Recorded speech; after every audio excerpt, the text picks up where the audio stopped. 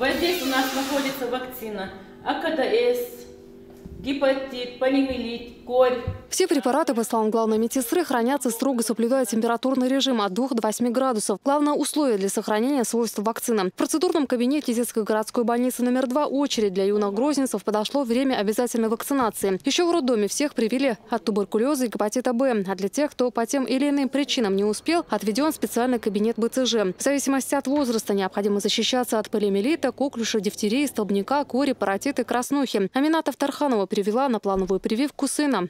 Мы ему делаем прививки с месяца, чтобы в период болезни он не болел вообще у нас, даже если заболел даже, да, чтобы переносил с легкостью, прошли по всем врачам.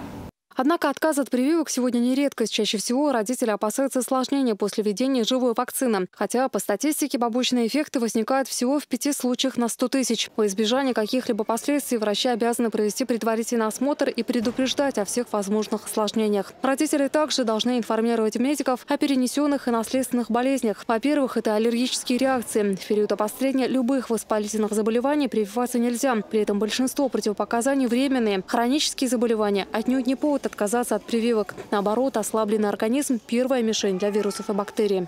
Сейчас у нас вспышка коклюша, потому что многие родители отказываются от прививок. Даже у нас есть мамаши, которые с роддома приходят уже с отказом. БЦЖ не делают. Всего национальный календарь прививок включает вакцинацию против 12 инфекционных заболеваний. А в следующем году планируется ввести против ветряной оспы, протовирусной инфекции, менингита, гепатита А. С 2011 года в стране, а в этом году и в нашей республике проводятся также вакцинации против пневмококковой инфекции. Рекомендовано детям с ослабленным иммунитетом и часто болеющим. Знает об этом и Светлана Шабовалова, которая пришла на прививку с дочерью. Я считаю, что деткам надо все делать, потому что они самые беззащитные, они самые маленькие. Это мы можем как-то переболеть, перенести, а их надо защищать. По данным эпидемиологов, ежегодно пневмококковая инфекция уносит более миллиона детских жизней. Даже причина отита в 40% случаев пневмокок. Поэтому дети группы риска. От опасного заболевания прививать советуют обязательно. Если они прививку сделают, они, во-первых, защищают своего ребенка, у него иммунитет уже вырабатывается именно к этой инфекции. Если даже он и заболеет, например, корью, он ее перенесет в легкой форме, осложнений не будет. С середины сентября в школах республики проходят мероприятия по проведению проб на манту. Проще говоря, это тест на наличие в организме туберкулезной инфекции. Даже к ней многие родители относятся с настороженностью, несмотря на то, что эта процедура помогает выявить контакт с данной инфекцией, а при необходимости начать своевременное лечение. Родители должны понимать, что это очень серьезное заболевание.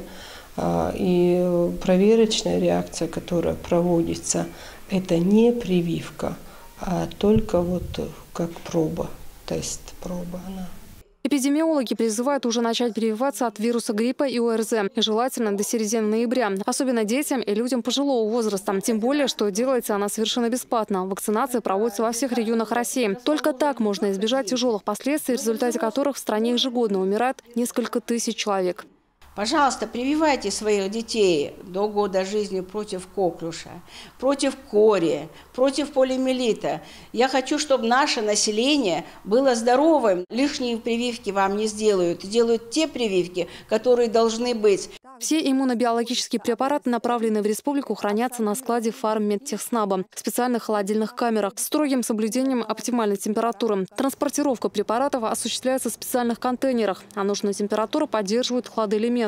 Все в строгом соответствии с правилами, рассказывает Роза Карташвили. Ведь правильное хранение поможет извлечь пользу от вакцины. Туберкулеза – это БЦЖ-М для щадящей иммунизации, для новорожденных. А тут у нас БЦЖ. Тут с умеренным количеством бактерий. Вот, БЦЖ для более взрослых детей. Эффективность прививок, которые раньше вообще были обязательными, не подлежат сомнениям. С их помощью победили оспу, остановили распространение кори, паротита, краснухи и туберкулеза. Тяжелые пневмонии и менингиты у младенцев стали редкостью после введения обязательной прививки от пневмококковой инфекции. По мнению эпидемиологов, вакцинация сможет повысить коллективный иммунитет населения и сократить заболеваемость. Главное условие – прививаться здоровым. Мария Керимова, Руслан Яхяев, Булат Баканаев, Новости 7.